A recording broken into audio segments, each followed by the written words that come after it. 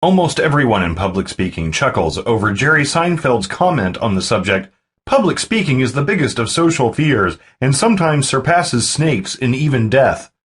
If this is the first time you've heard it, you're most likely new to the idea of speaking for dollars. You're wondering if it's for you. If you're shuddering and nodding your head at the idea of public speaking surpassing snakes and even death, you may surprise yourself and turn out to be one of the most confident, sought-after public speakers of the decade. And that is no joke. Why should you want to be a speaker? Speaking to groups builds confidence. Of those who have mastered it, a surprisingly large number report being previously shy or suffering from speech impediments. Perhaps not as badly as King George V, but even he learned to speak in public with the help of a good coach. At workshops and conferences, I used to be the guy with the fistful of brochures, poring over one and pretending to be totally absorbed in it, admitted a member of my local Toastmasters group. Now I can talk with anyone, anywhere, to large groups or one-on-one, and genuinely have a great time. And what's even better, I totally know the people I'm talking to or with have a great time too. In fact, shyness or fear of speaking in public is given as one of the main reasons people decide to overcome it, often with the encouragement of a therapist. As an entrepreneur, however, you should know that being able to speak in public can easily provide networking opportunities, an extra stream of income, a potent increase in your recognizability factor, project client or job opportunities, a source of promotion for your products, services, or you, interview requests, book contracts. In short, if you are a small business entrepreneur, online or off, the ability to speak to groups of people and to be comfortable with interviews is a must. The benefits of public speaking. 1. Builds permanent confidence. There are more intangible benefits to public speaking. As my Toastmaster friend pointed out, it does allow you to build confidence when thrust into the limelight. And who hasn't been thrust into the limelight on occasion? Unfortunately, in a business setting, an unexpected limelight encounter can make or break your reputation. Rise to the occasion and you're a hero. Scurry away, and not only will you disappoint those who are desperate, but you may not be even considered in the future for guest spots on panels or as a workshop presenter or keynote speaker. Oh, her? No, I don't think we should ask her. She's shy. Here's an account from an industry peer who found herself in exactly that spot. A few years ago, I attended an industry conference which consisted of a weekend packed with workshops. At the 11th hour, one of the presenters was a no-show. I never did learn what happened to her. Not being part of the organizing body, I was there strictly as an audience member. However, 3 of the organizers knew me, and at break I was asked if I could take over the missing presenter spot.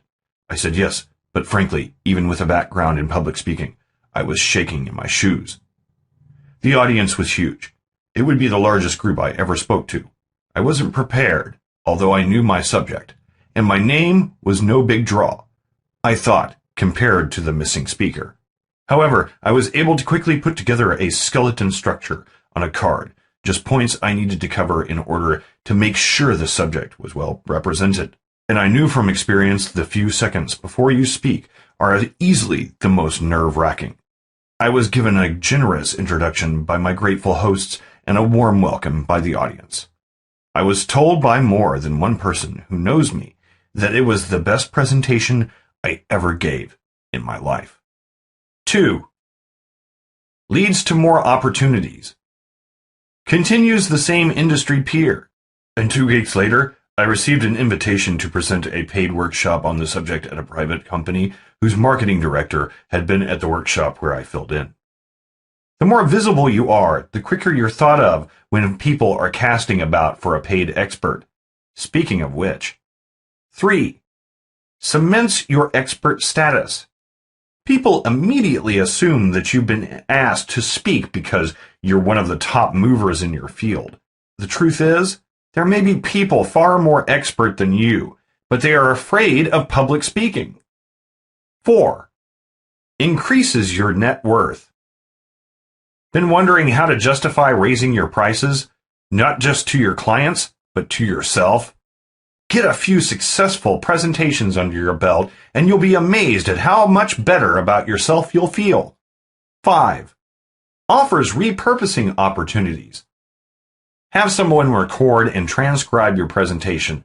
Make it part of your deal when agreeing to speak. You can use the MP3 or video file and accompanying transcript as a paid product, a valuable bonus for your list, a valuable tool for your affiliates, promotional content on your website. 6. Spread your message. If you want people to see you as the LinkedIn lady, specialize in giving presentations on LinkedIn. If you want people to instantly identify you as the spring bulb queen, give gardening talks and workshops. The point is, you, yourself, get to decide what you want to be known for, and then position yourself perfectly to share that message. And if it's a unique twist on traditional material or a revolutionary new method of doing something, you instantly become known as the originator, and you're less likely to see someone else being hailed as the spring bulb queen 6 months down the road. 7. Make connections.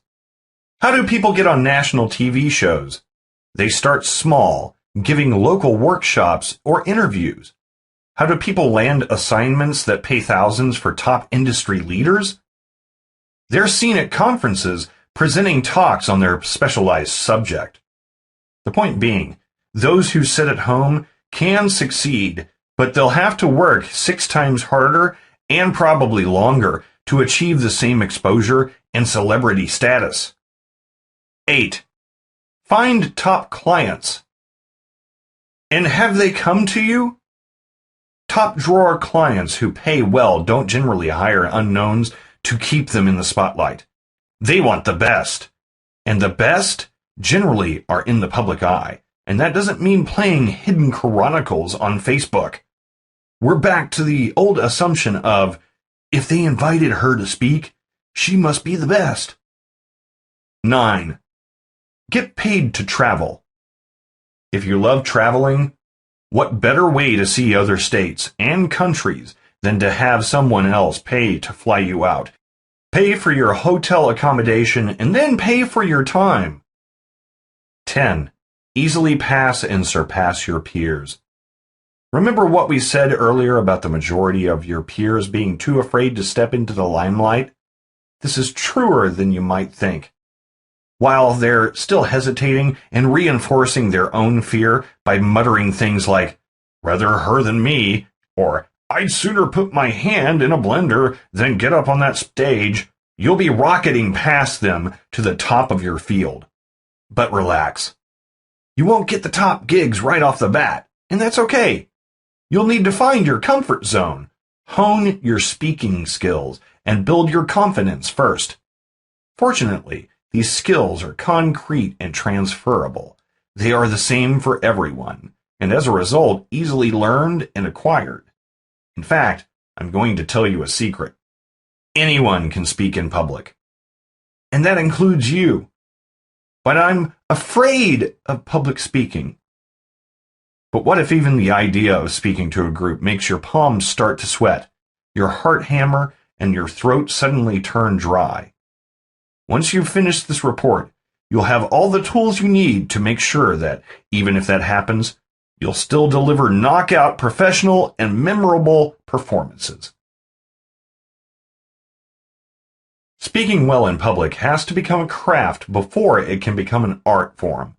This is actually good news for neophytes. It means the skill can be easily mastered, and you can tweak your public performance and presentation that final 10% at your own pace over the years to come. You will become comfortable with public speaking. You will deliver terrific value to your audience. You will be able to speak in public at the drop of a hat. Here's how. 1. Know your subject inside out. Let's go back to sometime between 234 BC and 149 BC to ancient Rome. That's when Cato the Elder uttered wise words speakers still follow today. Grasp your subject. The words will follow. Cato the Elder was one of the best-known public orators of his day, yet he started out not as a member of the Roman nobility, but as a humble farmer near the village of Tusculum. But he quickly attracted the notice of more powerful men. He became known for his emotionally ringing speeches, one of which was so stirring it had been credited with leading directly to the destruction of Rome's enemy, the mighty city of Carthage. Cato also spoke from the heart. While being perfectly aware of traditional oratorical tricks and techniques, he touched the emotions of his listeners. He understood them. And most of all, he understood his subject. But remember, knowing your subject inside out doesn't mean you have to be perfect and deliver every fact. It just allows you flexibility, and the more flexible you feel in summing up an audience and deciding what they need to know, the more confident you'll be. Understanding your subject does not mean delivering perfect performances. 2. Practice, practice, and practice again. There's a wonderful story about evangelist Billy Graham. He knew in his heart from an early age that God wanted him to preach. While he was at Bible college, he used to row himself out to a little island and practice on the alligators. Although there's no record of what the alligators thought, I took a page from his book when first beginning to speak in public. There were no alligators handy, so I practiced on my dog, who made the most attentive audience. She was delighted I was talking directly and warmly to her, and I was encouraged by her attentiveness. Silly, but surprisingly effective. 3. Start small. You really don't have to rush out and speak at a 600-person convention. Simply volunteering to introduce a speaker at your local women's business group or introducing a special guest who is going to give a presentation by audio on your website are great starts. Tell a story to your children instead of reading it. Make sure it's one you know well and have read many times. Make short speeches to the family dog, especially if it's a large, laid-back breed. And if you want a really tough audience, try it out on the family cat. 4. Give yourself permission to be nervous. The opposite of giving yourself permission to be nervous is to strive for perfection. And while that sounds like a noble goal, placing a demand for instant perfection on yourself is not only unrealistic, it will make you focus on yourself instead of on your audience. You need to be thinking about what you're giving them, what you want them to enjoy, and what you want them to take away from your speech. 5. Accept physical symptoms. Butterflies in your stomach and a racing heartbeat is nothing more than a simple physical reaction. The old fight or flight instinct that your amygdala, the automatic primal part of your brain that releases hormones, lets loose. As you start to speak, these physical symptoms will go away. 6. Beware of all or nothing thinking. It's amazing how many times we get ourselves all worked up by bludgeoning ourselves with words such as always or never. They usually come out in statements such as, I always mess things up, or I'll never remember all the points I want to make. Make sure your self-talk is positive. Substitute, this is great practice, or my audience really wants to hear about this, instead of your usual negative refrains. 7. Join Toastmasters. This organization's sole purpose is to help and support people learning to speak in public. You'll find almost everyone is in the same boat as you, and everyone is friendly and really wants you to succeed. You'll end up making so many short speeches, it will easily become second nature before you've ever appeared in public. And there seems to be a chapter of Toastmasters in almost every city. More on that later. 8. Learn your speech by heart. Practice it out loud. then forget it. Seriously. Make a note of the high points on an index card. These can be single words or little cartoons listed in the order you want to present them. Use this skeleton only to make sure you're covering everything. A typical speech skeleton might look like this. Making a business plan. Why have one? Flexible? It grows with your business. How detailed does it have to be? Who is it for? You plus bank if you're borrowing. Do you need a lawyer? Where to find templates? Importance of checking where you're at and updating your business plan. Follow it. In our example above, you're going to speak on the subject of making a business plan, and here are the points you need to cover in order. If you know your subject really well, that's all you need to glance at your skeleton in the event you find yourself suddenly freezing up to set you back on track. Tip: be sure to take a bottle of water on stage with you, or put it by your computer if you're speaking online. Practicing your speech out loud is so important. I'm going to repeat it for our next point. You'll see why. 9. Practice your speech out loud. There's nothing like actually speaking out loud to lay bare awkward phrases. You'll trip over them, get tongue-tied or stammer or catch yourself saying, every time if they're hiding there on the page in plain sight. If you find yourself tripping, verbally stumbling over a phrase every time you reach it, it's a sure sign it doesn't work. It's a clunky phrase, so rewrite it. 10. Always focus on what happens next. When you're writing your skeleton, what you're really doing is laying out reminders of what happens next. If you do find yourself freezing up, with a mind that is totally blank, there's no need to panic. Simply take a sip of water while quickly reviewing in your mind what happens next. This may not sound dynamic and exciting, but keeping the what happens next principle firmly in mind is the best public speaking tip I ever learned, and has saved my reputation and my sanity many times. Glossophobia, and why you don't have to have it. The fear of public speaking is called glossophobia. The term originates from the Greek glossa, which means tongue, and phobos, fear. People who have glossophobia have it for one reason and one reason only. They are focusing on themselves. And all the messages are negative and anxiety-based, common fears. I'm going to freeze and forget everything halfway through. What if my voice sounds squeaky? What if they don't like me? No one will ever listen to me again if I mess this up. I'm going to throw up. Notice that every thought, 1, makes a supposition that is based on speculation, not fact. 2, is all about me. Focusing on your message and or your audience works a lot better. Gathering your audience. Famed Irish storyteller Alice Cain had a trick she called gathering her audience. She would stand before them and wait until complete silence fell, searching out what seemed like every member with her eyes. When the chattering faded away and she had their complete attention, she would begin her story in a soft, quiet voice. She was the opposite of theatrical, a little old lady in a print dress and shawl who stood with her hands folded primely in front of her. Yet I will never forget the first time I heard her speak. She told traditional Irish legends, the tales of the Wondersmith. As she spoke, everyone in the audience forgot she was there, forgot they were in a concert hall.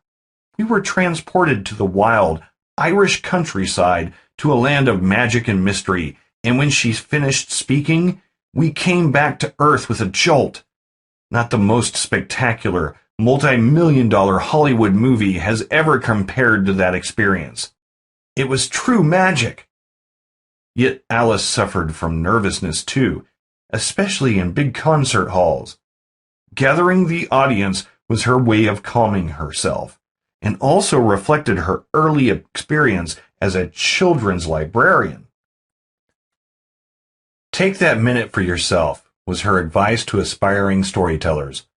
Find friendly faces in the audience and decide who you're going to tell the story to. Don't be afraid to ask them to respect you by giving you their attention. Another cause of public speaking stress comes from misconceptions you may burden yourself with. That you have to be perfect, that the world will end if you miss out a point, that everyone in the audience has to love your speech. And that brings up another common fear. Fear of being judged. Relax. You can't control what anyone in your audience thinks and feels. You can only control yourself. Joe Smith may be worrying about the rattle his car gave as he limped it into the parking lot. Mary Jones may be frowning off into space because she's trying to remember if she turned the burner off on the stove before leaving. Cindy Banana may be dealing with a splitting migraine and stomach cramps, and may be more worried about getting through the next half hour than you are. None of this is a reflection on you at all. Famed opera singer Teresa Stratas had one of the most haunting voices in the world, yet she is famous for dashing off a Moscow stage because she interpreted the audience's silence and lack of reaction as disapproval, and she was absolutely devastated and unnerved as a result. Nobody told her that Moscow audiences think it is polite to applaud till the very end of the opera. So don't get into your audience's head, even if you see someone frowning or apparently text messaging, or even falling asleep. You don't know what they are expecting, thinking, or feeling. Remember, you are there simply to give them something they want.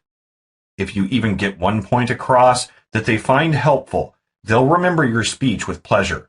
Quote that point to all and sundry, and judge your presentation a success. Keep it simple. While presentations can definitely be enhanced by PowerPoint slide presentations, don't even go there at first if you're unfamiliar with setting up computer equipment or the thought causes you anxiety. Keep it as simple as possible. A good old-fashioned flip chart will help interactively reinforce your points just as well, if not better. Public speaking is like any other way of serving content. Your aim should be to hook the audience from the word go. Remember to smile. Everyone likes to be smiled at. Just a brief, genuine smile as you gather your audience will not only initiate connection, but will make you feel less nervous too. Start with action. Children's book publishers know this principle well. They often fault would-be authors for too much build-up. They know kids like you to hit the ground running, straight into the action. And it's the same with public speaking. Forget, "Good morning, ladies and gentlemen." Intrigue your audience by asking a quirky question, making them laugh with a clever quote, or swinging straight into an anecdote.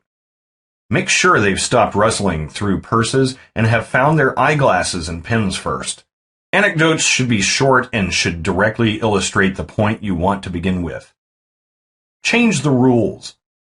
If you see physical conditions are not helpful to engaging your audience, don't be afraid to change them.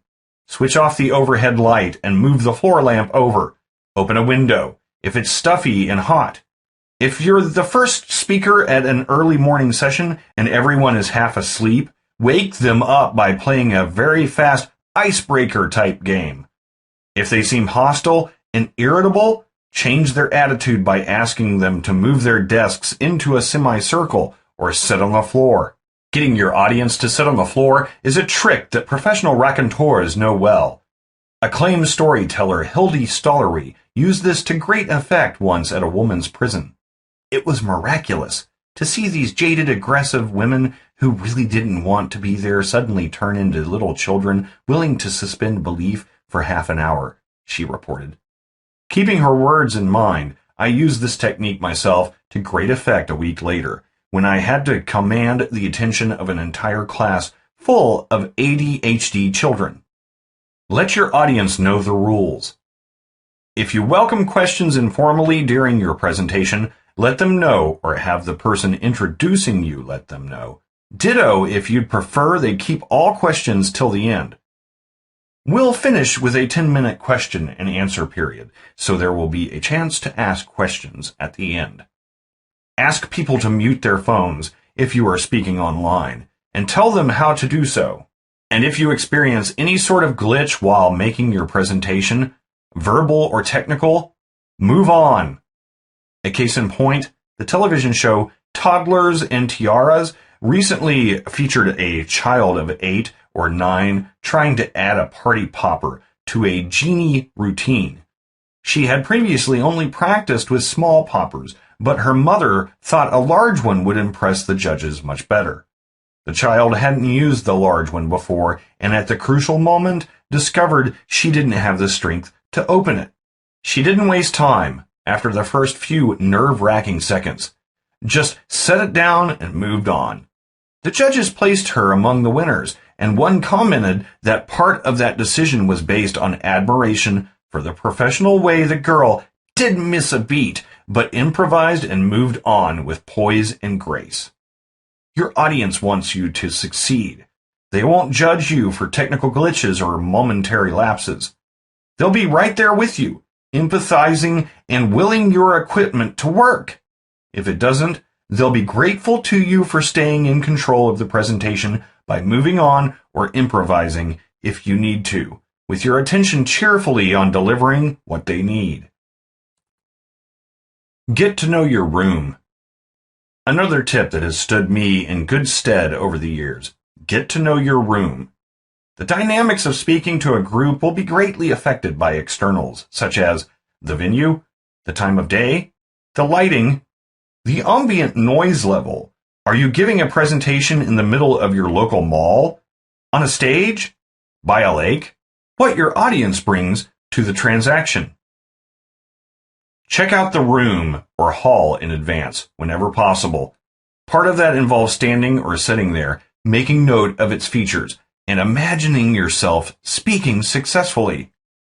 When you arrive for the actual presentation, you won't be thrown off to find out that you're up on an imposing stage when you were expecting a classroom, or that the lighting turns out to be mercilessly bright and harsh.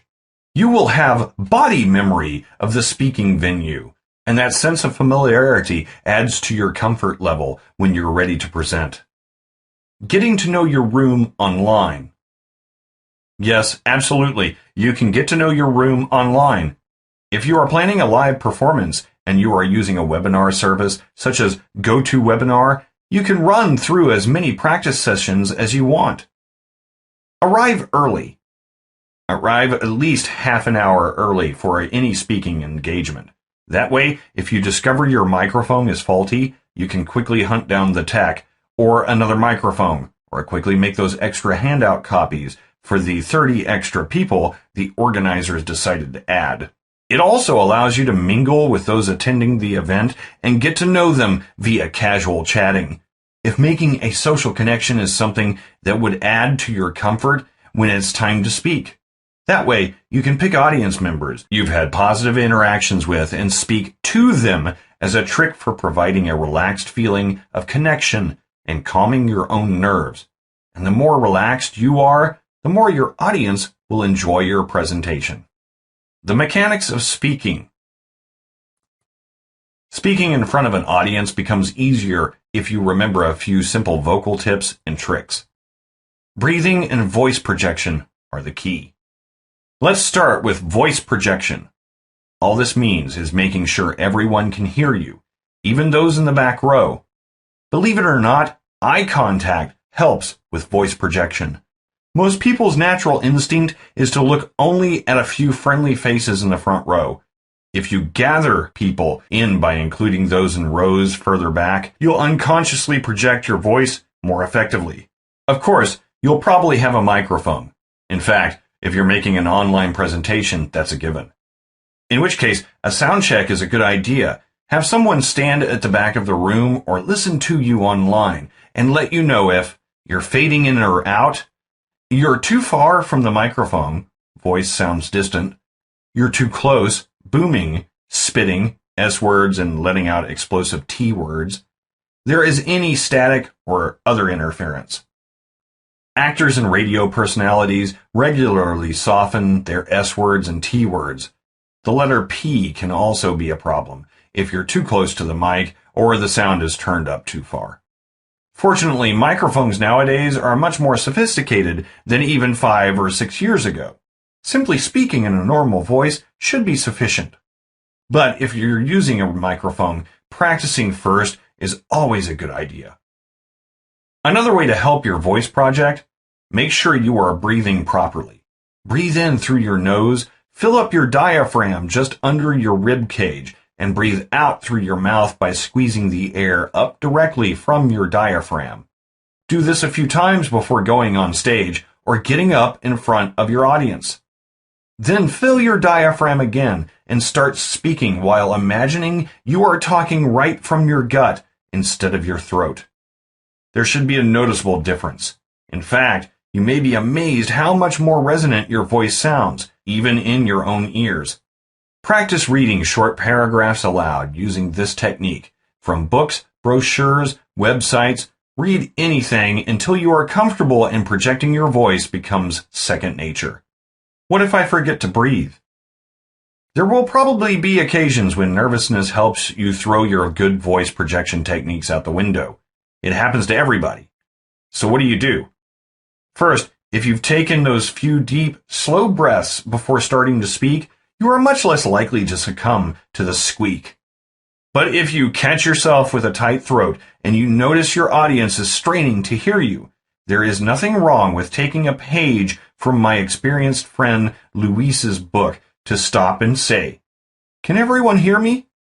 It allows me to regroup, she explained. In the second or two they're nodding or shaking their heads, I slow my breathing, fill my diaphragm, and I'm ready to start for real. Other techniques to restart out strongly: take a sip of water. Ask your audience a question. Start speaking to someone in the back row. Tilt your head slightly forward when speaking. It will automatically relieve strain on your vocal cords. Remember, you don't have to be perfect. While donating your public speaking can help build experience, I don't recommend doing that as a general practice. Speaking for free, is it a good idea? If you do feel more comfortable starting out without payment, consider practicing within a group where the focus is on practice, as in a Toastmasters chapter or even starting your own. The beauty of starting your own, you can set up an online practice group. Yes, introducing other speakers is another good way to become comfortable with being the brief center of attention and making notes about what works and what doesn't for yourself. But volunteer or agree to donate your services for free, and you may find yourself never considered for the paying gigs. When you have at least 3 paid gigs under your belt, then you can consider donating your public speaking time, providing it's for a specific, worthy cause. You can also agree to exchange guest appearances on a business peers webinar, for example, or agree to form part of a panel or teach a workshop in exchange for the right to record, repurpose, and sell your appearance to your own list. Finally, another time you might want to donate your time: if organizers are stuck with a failed presenter and they beg you to bail them out, in which case, make sure you've decided on a policy. Will you ask for payment? Easy formula. I'm assuming you'll pay me the same rate as failed presenter. How and when will that payment be made? Is it a non-profit workshop? Simply ask if you don't know. The main thing to remember when deciding whether or not to speak for free is that in some way there has to be reciprocity to it, even if that's just making the right connections, or you will not win respect as a professional, and you won't feel good about being used. Toastmasters. Toastmasters is a non-profit group with chapters, clubs in almost every country. Its mission is to help people improve communication and leadership skills. Public speaking is a major tool they use. Membership is open to anyone over 18 who is interested in improving their communication skills, though they do provide gavel clubs for teenagers in some areas. Each chapter meets anywhere from once a week to once a month, and their philosophy involves learning by doing. There is a manual and specific speaking techniques to learn, and each member is expected after training to present a speech of between 5 to 7 minutes in length at meetings. There is also a leadership manual. Many a glossophobe has got their trembling start at Toastmasters. Everyone I've spoken to who is a member has A, quickly conquered their fear of public speaking, and B, loudly sung the organization's praises. Their website allows you to input your city or zip code and instantly find Toastmaster clubs near you. Storytelling schools. Another way to become comfortable with public speaking is to take a storytelling course if one is available in your area. The drawback to this is that most storytelling courses are paid, which might not work for you if you are on a shoestring budget. Plus, they are not as widespread as Toastmasters. But storytelling is an essential part of connecting with your audience, no matter how dry or technical your subject, so don't underestimate its value. I've given presentations and told stories publicly, and I can attest that if you can tell a successful story to any age group in any venue, mere presentations pale in comparison. Simply enter the keywords storytelling courses plus your city to find out what's available in your area. Starting your own group. The ideal time to start your own group is after you've taken the storytelling course, if you're going to have to be the leader and organizer. But having a peer-based group in which the only formality is meeting time and place plus length of speech will work even for the most inexperienced would-be presenter, providing you can find others interested in honing their skills too. One tip, however, limit the number of members. Do the math to decide on your ideal number. Are you meeting for an hour? Figure on 5 minutes for chit-chat while you wait for late arrivals and warm up the room. Be there at least 15 minutes early if you're the leader, so you can also chat with early arrivals. Add another 5 minutes for issuing a welcome and introducing the day's topics. Figure on another 5 minutes for wrap-up, and that's 15 minutes out of your hour, leaving you with 45 minutes. If you divide that segment into 5 minutes per person, 3 minutes for a speech, 2 for feedback or comments, your maximum membership ought to be 9 members. How to let people know. If you're planning a location-based group in a physical room, your local newspaper is the place to start. Send out a community press release, as well as a separate short notification for community events. 1. Be sure to date your submissions. 2. Be sure to put your release date on your press release. 3. Remember your press release has to be a newsworthy story. Try to find a single angle most likely to attract the people you want. 4. Make sure you address what, where, why, when, how, much, and who. Your local library or business organizations are also ideal places to place announcements. Be sure to state that only the first X will be able to sign up if you are planning on limiting it to a small group. If you are planning an online group, announcing it in your forums, on your Facebook page, via Google+, or other social networks ought to be enough. Send personal invitations to list members or business peers you would like to see in your group. Again, be sure to state that membership will be limited. How to get started as a speaker. And now the segment you've probably been waiting for. How to actually get started. 1. Know your goal. What do you want your public speaking career to do for you? Providing a source of income will take as a given. Do you want to educate potential clients? Position yourself as an expert? Become famous? Change the world? Help people achieve personal success and self-actualization? Teach them a skill? Attract subscribers? Appear on national TV? 2. Make sure you specialize in a topic you will never get tired of. One you are passionate about or one that you thoroughly enjoy. 3. Search your local library. Libraries will have listings of meetings and events. Make a note of these organizations and contact them if you think they're the perfect fit for your subject. 4. Ask for referrals. At the end of your presentation, be bold about asking your audience to recommend you to other groups they think would like your services. Point out your business cards on display along with other promotional materials, I hope. Put your referral request right on your business card. 5. Use testimonials. Put them right on your website once you begin to become known. An honest testimonial that's heartfelt can easily land you a paid speaking gig, even if the hirer has never seen you speak. Who can you speak for? This starts with your subject, your specialty. What would you never get tired of talking about? Once you've got your topic, you've got your audience.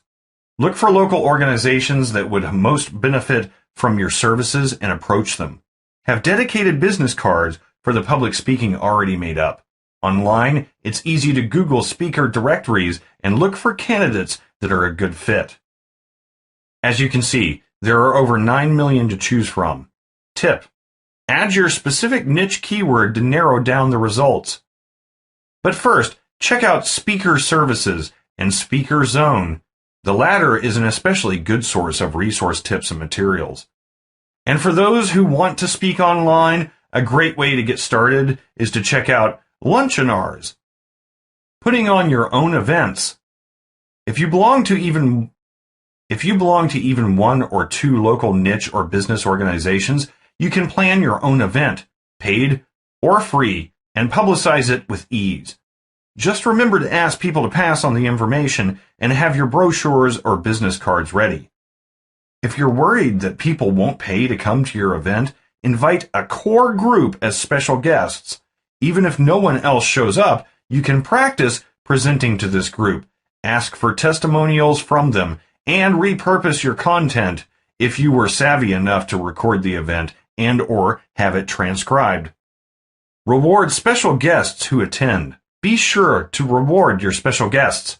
The minimum would be a personal thank you note, but you can add gift cards for local restaurants, copies of your books if you have any, or any other bonus you think they would enjoy. You can also put on an online event and publicize it through your usual channels. Forums you belong to, if allowed, social networks, your blog, your website, sales or squeeze pages, press releases, requests for word-of-mouth recommendations, etc. Your website. Setting up a media page. If you're going to send out press releases and set yourself up as a speaker, you should also have a website focusing strictly on your public speaking career, a media page where people hiring you can pick up professional quality, full-sized photos, bio blurbs, and more.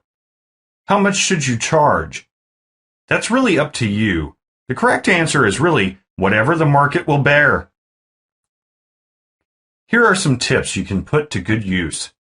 1. Check out your competition. What do similarly experienced peers who specialize in public speaking? Look up their rates and set yours accordingly. 2. How much experience have you had? The more public presentations you've given, the more you can usually charge with confidence. 3. How much value are you bringing to the event? If someone else is organizing it, how big a draw will your name be? 4.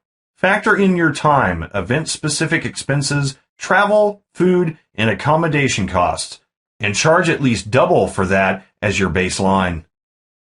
5. How much value is the event bringing you? If the possibility of creating new profitable relationships or spreading your reach is particularly alluring, you may feel it's worthwhile to settle for less than your usual fee or even put yourself out of pocket. To put this all into perspectives, $2,500 is the lowest fee large corporations or companies would expect you to work for. If you are invited to speak by a local organization or company, they might feel a couple of hundred is a huge bite out of their budget. If you are invited to speak by a nonprofit organization, they'll most likely expect you to donate your time. It doesn't matter what you speak about, as long as it fits into your main mission and supports your goal. It is tailored to your audience and their goals. You stick to one basic theme or angle. For example, if your workshop is all about how to create a business plan, it would actually weaken your lesson if you suddenly went off on a tangent and began speaking about setting up autoresponders or how to hire the best bookkeepers. If you get a question that's not relevant to the subject, acknowledge the question. That's a good question. and firmly table it to another time that won't disrupt the presentation. Here are 3 ways to gracefully turn the conversation back to business. Be sure to remind me after the presentation during the question and answer period. However, we don't have time to cover that in this presentation. Speak to me after the presentation and I'll point you to some resources. But we're here today to speak about Adobe Photoshop, so unfortunately we need to keep to that topic. Gauge your audience. Remember that you are only half the event. Your audience completes it. Together, you make the event become an entity in its own right, with a soul and a persona. It can be absolutely magical to see this transformation, as if the event comes alive and you're just there to facilitate.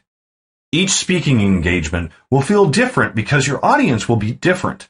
Learn to read their moods and needs, and you can be as direct as you please. How to craft a talk that sells. There's a specific process for coming up with a strong presentation. All of these elements should be present, even if you mix them up into an order that feels more natural to you. 1. Define your topic and angle. 2. Analyze your audience. What does your audience need? What are they there for? 3. Analyze their communication style. Will they respond better to a dry, technical presentation? To humor? Anecdotes? Fast-paced? Are they visual learners? Will metaphors turn them off or help them better understand your points? 4. Write your skeleton. The key points you have to cover to get from beginning to end. 5. Think of new, original ways to cover these points. Is there new information you can share? A unique shortcut?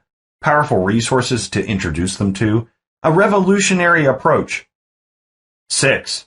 Look for ways to connect emotionally with your audience. What will make them sit up, visualize themselves in your place, see you in their place? 7. Decide what visual aids you are going to use. Handouts, slideshows, PowerPoint presentations. Ask yourself, why? Is this the best way to show this point? Will it break their concentration or perk them up? 8. Write your introduction. Remember to make it dynamic. 9. Write your conclusion. Make sure it includes a call to action, your request for referrals, an invitation to sign up for your next event, or fill out a short survey, etc. If possible, refer to your opening in your conclusion for maximum impact, completing the circle. And, if possible, finish with a rousing, positive, feel-good statement they can carry away with them. 10. Fill in the middle. At this point, this will probably feel like the easiest part. 11. Proof your speech. Print it out and read it aloud, at least 3 times. 12. Notice where your tongue trips over words and rewrite that sentence or section. 13. Practice until the speech fits you like a glove. How to position yourself so they're eager to pay you. It's good to be vulnerable and human, but if you want to be seen as a catch worth paying good money in the world of public speaking, there are definite do's and don'ts. 1. Never ever apologize for being there. You'd be surprised the number of people who begin presentations by saying self-depreciating things like, "I've no idea why so-and-so asked me to speak about coffee makers, but here I am." 2. Don't use jargon. No one wants to hear about inferred primordial abundances unless they are physicists. And if you use an acronym, let people know what it means the first time you use it. Now, RADA, the Royal Academy of Dramatic Arts, maintains that using jargon is akin to putting your audience to sleep. And if you've attracted international audience members, which happens more than you think if you're presenting online, you may totally confuse them. 3. Never worry about looking good. Instead, eagerly anticipate sharing. 4. Deliver more than they expect. Whether that's new insider information, a fresh outlook that finally helps them make sense of a difficult subject, handouts, or free samples, Make sure you pack as much focused value as you can into your presentation, all aimed to thrill your audience, make your host look good. They're the heroes that brought you in. 5. Eliminate the ums and ahs. Recording yourself is the best way to identify what your particular annoying filler noises and phrases are. For instance, when I first heard myself speak on tape, I was appalled at how many times I said, basically. I don't think I've said it since. Once you've identified them, do your best to erase them from your speeches. 6. Be dependable. Arrive on time. Check out the location in advance if it's a physical location. Don't depend on your hosts for extra equipment. Have everything you need with you, or else have a backup plan. And never ever cancel if you can help it. 7. Realize you're being paid for your perceived value. Not just your experiences and expertise. If you're speaking about Barbie dolls to an accountant's convention, your perceived value might easily be 0, and nobody would know or care who you are. If you're speaking to the Barbophiles of San Fernando Valley, however, and they are excited by the fact that you're the original designer of the Francie wig, your perceived value may be priceless. Similarly, if you're the one person whose talk can boost productivity in a failing department almost immediately by 30%, you'll also be priceless.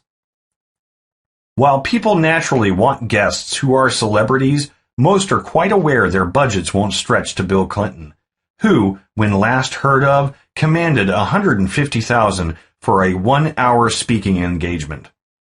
They want someone who is well respected in their niche, dependable, and available. Simply being willing to speak and doing so in a professional, enjoyable manner automatically positions you as a niche leader and expert. You'll build your reputation more quickly than you think. One day, I wasn't a speaker at conferences, and then I was. Chris Brogan.